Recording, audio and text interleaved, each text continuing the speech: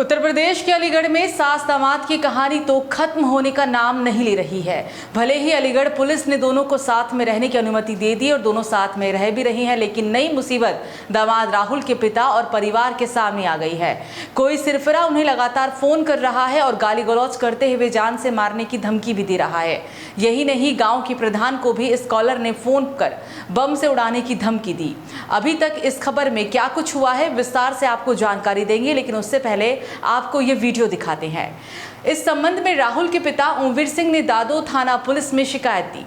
मछरिया गांव में रहने वाले ओमवीर सिंह ने पुलिस को दिए शिकायत में बताया कि वो अपने बेटे राहुल की करतूत से परेशान हो गए हैं। उन्होंने कहा कि वो अपने होने वाली सास के साथ उनका बेटा घर आया था, लेकिन उन्होंने उसे घर में घुसने नहीं दिया, बल्कि उससे सारे रिश्ते नाते तोड़ दिए। उसकी करतूत की वजह से समाज में उनकी बहुत ज़्यादा बदनामी हुई है। ऐसे में उन्होंने उसे अपनी संपत्ति से भी बेदखल करने का फैसला कर लिया है। राहुल के पिता के मुताबिक उन्हें और ग्राम प्रधान के फोन पर अनजान नंबरों से लगातार कॉल आ रहे हैं और इसमें उनके साथ गाली गलौज की जा रही है और जान से मारने की धमकी तक दी जा रही है। कॉलर उन्हें फोन पर धमकाते हुए कह रहा है कि आपके बेटे ने अच्छा नहीं किया, हम किसी भी कीमत पर आप लोगों को नहीं छोड़ेंगे। फोन करने वाले ने उनके घर वालों को भी देख लेने और जान से मारने की धमकी दी। वहीं गांव के प्रधान को बम से उड़ाने की भी धमकी दी गई। इस शिकायत को गंभीरता से लेते हुए पुलिस ने कॉलर के मोबाइल नंबर को सर्विलांस पर लगा दिया है। पुलिस के मुताबिक कॉलर के मोबाइल फोन को ट्रेस करने की कोशिश हो रही है। राहुल की शादी तय हो गई थी, लेकिन शादी से ठीक 9 दिन पहले ही वो अपनी होने वाली सास के साथ फरार हो गया था। फिर करीब 9 दिन के बाद उसने नाटकीय तरीके से थाने में सरेंडर भी किया था। यहाँ पर जरूरी पूछताछ के बाद पुलिस ने दोनों को साथ में रहने की अनुमति दे दी थी।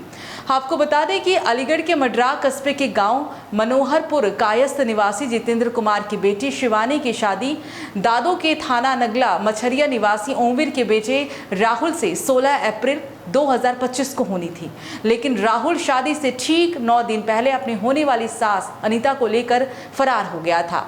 दिल्ली, बिहार और नेपाल में 3 दिन बिताने के बाद राहुल और अनीता ने दादो पुलिस थाने में सरेंडर किया।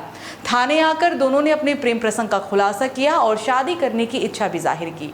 राहुल और अनीता को लेने के लिए दोनों के परिजन थाने पहुंचे, लेकिन अनीता के पति जितेंद्र के घर जाने से साफ तौर पर इनकार कर दिया। वहीं राहुल के पिता ओमवीर ने भी उसे अनीता के साथ अपनाने से मना कर दिया। अनीता ने 2 दिन की पुलिस काउंसलिंग में राहुल के साथ रहने की इच्छा जताई। जब अनीता नहीं मानी और राहुल ने भी उससे शादी करने की बात कही, तो पुलिस ने दोनों को एक साथ रहने की अनुमति दे दी। हालांकि इससे पहले पुलिस ने दोनों को हिरासत में लेकर काउंसलिंग भी कराई थी। अनीता को समझाया गया था कि वो अपने पति जितेंद्र और बच्चों के पास लौट जाए, लेकिन उसने इनकार कर दिया। राहुल ने पुलिस के सामने साफ कहा कि अनीता अब उसकी पत्नी है और अब वो उसकी सास नहीं है और जल्द ही वो उससे शादी भी करना चाहता है। लोग उसे सास कहना अब बंद करें। अनीता ने भी अपने फैसले को सही ठहराते हुए कहा था कि मैं अपनी इच्छाओं को 20 साल से मारकर जी रही थी और अब मैं खुद के लिए जीना चाहती हूँ। राहुल मुझे सम्मान देता है, समझता है और अब मैं उसके साथ बेहद खुश भी हूँ। पुलिस ने कागजी प्रक्रिया पूरी करने के बाद अनीता और राहुल को एक साथ रहने की अनुमति दे दी। राहुल अनीता को लेकर अपने घर पहुंचा, लेकिन वहां उसके पिता अनीता को घर में घुसने के लिए नहीं दिए।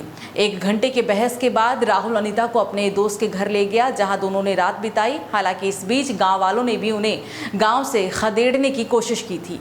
अगले दिन दोनों गांव छोड़कर चले गए। किसी को भी नहीं बताया कि वो जा कहाँ रहे हैं।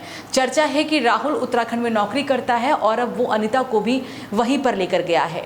अनीता के पति जितेंद्र ने उस पर 3.5 लाख रुपए और 5 लाख के जेवर लेकर फरार होने का आरोप लगाया, लेकिन अनीता ने कहा था कि वो सिर्फ अपने साथ 200 रुपए और एक मोबाइल फोन लेकर घर से निकली थी। पति द्वारा लगाए गए सारे आरोप झूठे हैं।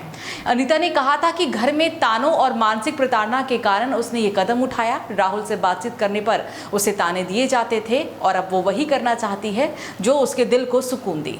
परिवार परामर्श काउंसलिंग सेंटर के बाहर जब मीडिया ने अनीता से सवाल पूछना शुरू किया, तो वो इस दौरान भड़क भी गई और यहाँ तक कि उसने अपना मोबाइल तोड़ने की भी धमकी दे दी।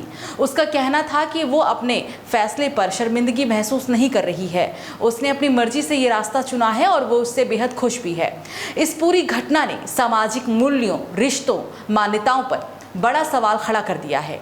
जहां एक और ये प्रेम कहानी एक महिला की स्वतंत्रता और आत्मसम्मान की आवाज बनकर सामने आई है, तो वहीं दूसरी ओर समाज की सोच को भी झकझोरती है। क्या उम्र, रिश्ता और परंपरा से परे जाकर अपने लिए खुशी चुनना गलत है, या फिर समाज अब भी महिलाओं को अपने निर्णय लेने की आजादी नहीं देना चाहता है? इस सास दामाद की प्रेम कहानी पर लोगों की नजरें बने हुए हैं। आने वाले समय में अब ये देखने लायक होगा कि ये रिश्ता कब कानूनी वैधता पाता है और या फिर समाज इन्हें अपनाएगा या नहीं, ये देखना दिलचस्प होगा। इस खबर पर क्या है आपकी राय? आप हमें कमेंट सेक्शन में जरूर बताएं।